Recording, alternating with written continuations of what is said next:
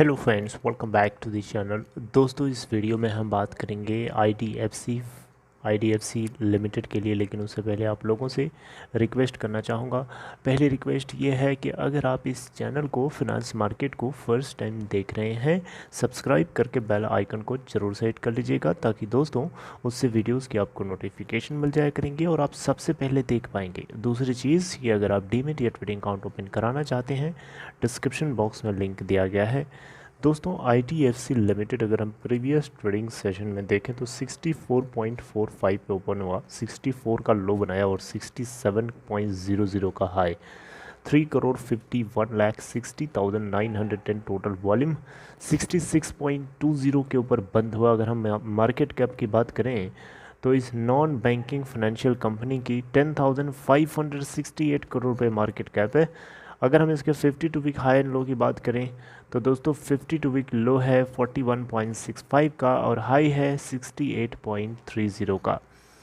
IDFC limited के अंदर दोस्तों अगर आप देखें तो दिसंबर क्वार्टर के आखिरी तक जो है प्रमोटर्स की जो हिस्सेदारी है ज़ीरो है। प्रमोटर्स बाहर निकल चुके हैं दिसंबर क्वार्टर तक। अगर आप देखें यहाँ पे तो एफआईआईज 23.31% के साथ बने हैं, जबकि डीआईआईज अगर आप देखें तो 23.45 और पब्लिक के पास 53.24% की होल्डिंग है। अगर आप आईडीएफसी लिमिटेड के स्टेक होल्डर हैं तो डेफिनेटली आपको आज की ये खबर पूरी देख लेनी चाहिए। आप सब लोगों की खुशी के लिए मैं बताना चाहूँगा, आईडीएफसी लिमिटेड की तरफ से यहाँ पे एक डिविडेंड डिक्लेरेशन की डेट तय कर दी गई है। यानी आईडीएफसी लिमिटेड जो है आप सब लोगों को खुशी बांटने के लिए यानी डिविडेंड देने के लिए इसी हफ्ते मीटिंग करने जा रहा है। देखिए, आईडीएफसी लिमिटेड का फुल फॉर्म है infrastructure development finance company limited. IDFC limited एक तरीके की नॉन बैंकिंग फाइनेंशियल कंपनी है, प्राइवेट सेक्टर फाइनेंशियल कंपनी है। और संडे को इन्होंने डिक्लेयर किया कि इनके बोर्ड ऑफ डायरेक्टर्स की मीटिंग होने जा रही है 6 अप्रैल 2022 को। और मीटिंग में इंटरिम डिविडेंड वाले इशू के ऊपर कंसिडरेशन किया जाएगा और डिसाइड किया जाएगा कि कितना डिविडेंड पे करना चाहिए पर शेयर होल्डर को। दोस्तों, यहाँ पे नेशनल स्टॉक एक्सचेंजेस को ये सारी इन्फॉर्मेशन अपडेट करनी होती है। अगर कोई कंपनी कोई स्टेप लेती है तो वो सारी इन्फॉर्मेशन स्टॉक एक्सचेंजेस को बतानी होती है। तो इन्होंने एनएसई को इन्फॉर्म करते हुए 6 अप्रैल 2022 के लिए यानी वेडनेसडे का जो दिन है, बोर्ड ऑफ डायरेक्टर्स की मीटिंग होगी और डिसाइड किया जाएगा interim dividend for all of you stake holders, right. Okay दोस्तों, आईडीएफसी लिमिटेड एक significant non banking financial company है, एनबीएफसी है। और आपको पता होना चाहिए नॉन बैंकिंग फाइनेंशियल कंपनीज को कौन रेगुलेट करता है? आरबीआई ही रेगुलेट करता है। जैसे एग्जांपल के तौर पे रिलायंस कैपिटल थी, है ना, डीएचएफएल है, इंडिया बुल्स हाउसिंग फाइनेंस है। इस तरीके की जितनी भी नॉन बैंकिंग फाइनेंशियल कंपनी है, इन सभी कंपनीज को आरबीआई ही रेगुलेट करता है। आरबीआई के हाथ में लाइसेंस होता है इन कंपनीज़ को चलाने के लिए।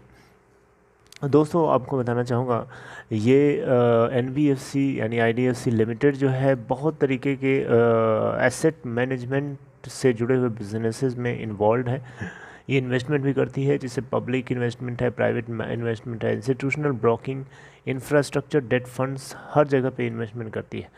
तो दोस्तों, आपको बताना चाहूँगा ये आईडीएफसी लिमिटेड का जो स्टॉक प्राइस है पिछले एक महीने में अगर आप देखेंगे तो अब देखिए यहाँ पे पिछले एक महीने में 18.79% गेन शो कर चुका है। पिछले अगर आप एक हफ्ते में देखेंगे तो यहाँ पे आप देख सकते हैं पिछले एक हफ्ते में लगभग आप यहाँ पे ईयर टिल डेट में अगर आप देखें दोस्तों तो 2.98% की ग्रोथ है। और वहीं अगर आप देखें यहाँ पे लास्ट मंथ 22.67% और यहाँ पे स्टॉक ने टोटल प्रीवियस 5 डेज़ में अगर आप देखें तो 3.30%, 3.5% के आसपास का गेन दिखाया हुआ है, राइट। अगर हम दोस्तों बात करें Q3 के आखिरी पॉइंट तक तो आईडीएफसी लिमिटेड का जो स्टैंडर्ड क्वार्टरली नंबर्स निकल के आया था, जिसमें 31.42 करोड़ की इन्होंने सेल्स करी थी। क्वार्टरली नेट प्रॉफिट इनका निकल के आया था 14.64 करोड़ फॉर दिसंबर क्वार्टर, जो कि 4.62 करोड़ से कहीं ज़्यादा है, बहुत ज़्यादा। दिसंबर 2020 में ये इनका डेटा था।